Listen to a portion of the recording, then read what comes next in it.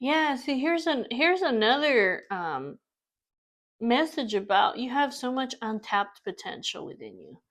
Yeah, you need to pray to God to open up this potential because it's hidden inside of you.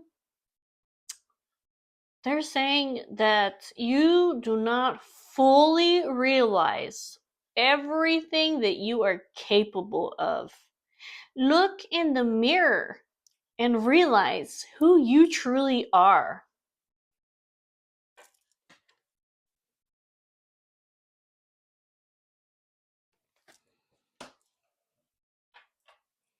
Yeah, it's like look at yourself in the mirror and say and yeah, and look at yourself for who you really are. Not not what other people are saying about you. You don't need their validation.